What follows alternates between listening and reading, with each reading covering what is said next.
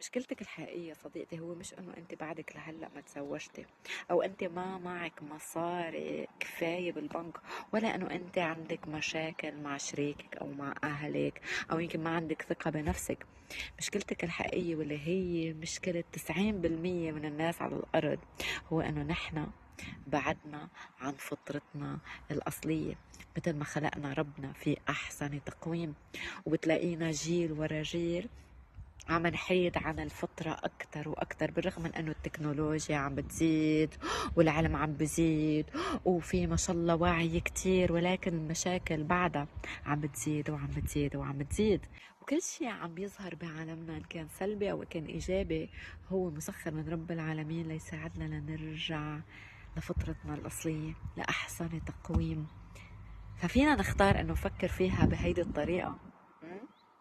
فكر فيها هيك، وادعي رب العالمين بدل ما تدعي رب العالمين انه يحل لك هذه المشكله، قولي له يا رب رجعني لفطرتي الاصليه باحسن تقويم.